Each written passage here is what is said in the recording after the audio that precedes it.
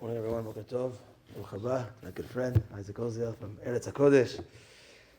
So we're continuing the Halachot of Kiddush, and we bring over here three minhagim, Sephardic minhagim. One of them I don't recognize when it comes to Kiddush. The first one is in the majority of Kehilot. They do Kiddush as you would expect. Everyone quiet. The Balabait says the Kiddush. Everyone listens. He has in mind for his family or the congregation. They have him in mind, and you say Kiddush that way. The second way, which I didn't see in Sephardic homes, I've seen this by Ashkenazim, is that everyone has their own cup, and the Balabait says it loud, but everyone says it along with them, the entire thing, word for word. Everyone has their own cup. The third way, which I've seen with the Spanish Moroccans, the way I grew up, is that the Balabait says the bracha, starts the bracha of the second bracha, let's say Kiddush Shabbat, and then the middle piece, everyone says together, and then the bracha part at the end, just the father says again. Now the reason for that is because when you're having someone in mind for a long bracha, there's opinions that say you might lose concentration if it's such a long bracha. And therefore, if you're at least saying it along, then you're not losing concentration, you're saying it along. Also, the general psukim of Kiddush has to do with Hashem creating the world, etc. So it's not such difficult psukim. So therefore, if you're saying it along, and now hopefully you're understanding it, then you'll be yotzei the mitzvah that way. There are those that argue on that third explanation, that third way, because they say that you're saying a half bracha. A bracha wasn't instituted to say partial. It was instituted to say the full thing.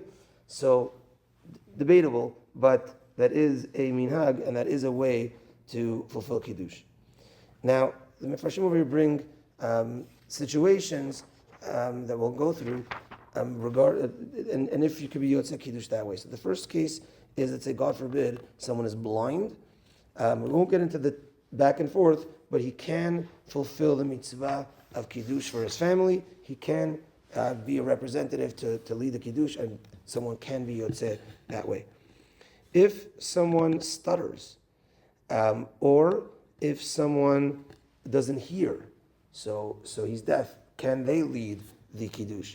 So the answer is yes, but it could be dino kedievid. It could be that it is a second grade of fulfilling. You do fulfill, but if one let's say is due to the stutter, or maybe due to the hearing loss, he's maybe not doing it properly, not having in mind properly.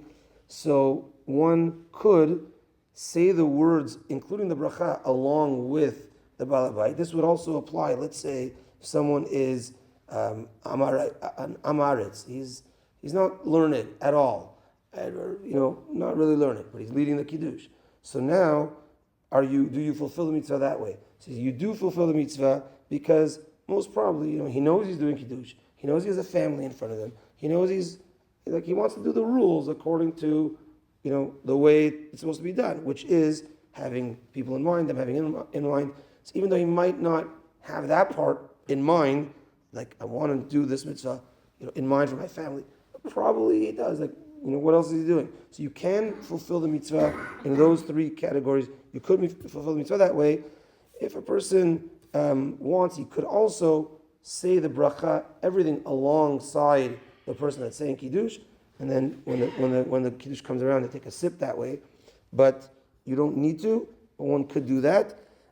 At the end of the day, which some people make a mistake, is that the person leading, or really anyone else, needs to drink at least a revi'it, needs to drink at least 86 milliliters, 3 ounces of the cup, preferably the person making the bracha.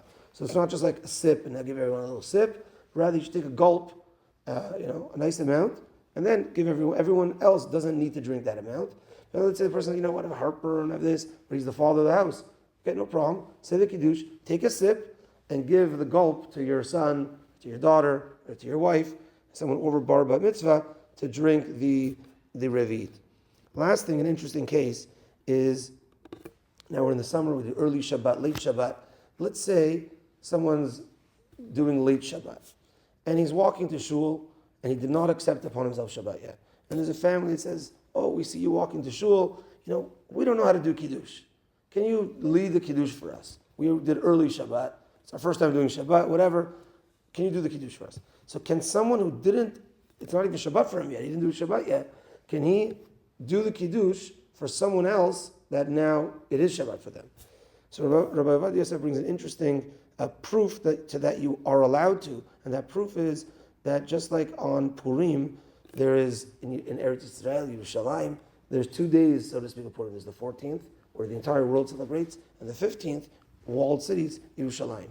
So let's say someone who is from Yerushalayim, or is going to go back to Yerushalayim, but he's in Tel Aviv for that day, so he doesn't have to do unless he slept there that night before, he doesn't have to do Purim, but can he read the Megillah for the people there? He could, even though he's going to go back and fulfill his mitzvah and be yotzeh on the next day. And therefore, he says one could do the Kiddush for that group in that case. Mincha tonight at 6:35. Have a great day, everyone. And Baruch Hashem, the night kollel has been booming, so if you want to come out, check it out, and do some learning, it'll be great to see you. Mincha 6:35. Have a great day, everyone. What's the ruling, like, say, when you're if they do Kiddush at the shul, you have this, and then you go home and you have your lunch, you say Kiddush again? Okay, good question. So, in short, Kiddush at shul, so there's a concept of Kiddush b'makom seudah. We're going to talk about it. Kiddush has to be where you're eating. So, in general, people have Kiddush, and they eat their bread, they have their meal. So, the shul Kiddushes, how you fulfill that is each person needs to either drink that amount of wine, because that alone can be considered a meal, or needs to eat a kazait of mezonot. So we have crackers, so to eat a kazait of mezonot, then you fulfill that. So that's number one. Now when you get home afterwards, two things. Number one is if you have family members that didn't hear Kiddush yet, you certainly need to do Kiddush for them. If everyone already heard Kiddush, technically you don't need to do Kiddush when you get home, but as part of the tzura, as part of the way the meal of Shabbat meal looks, the proper way is Kiddush and then Hamotzi. And anyways, it's the Borei Priya Gefen, so you'll have some wine also, right? So you don't have to if you do Kiddush at shul, but it is a good idea to, and you have to if someone else is at home and didn't hear Kiddush yet. Tanu de Villiel.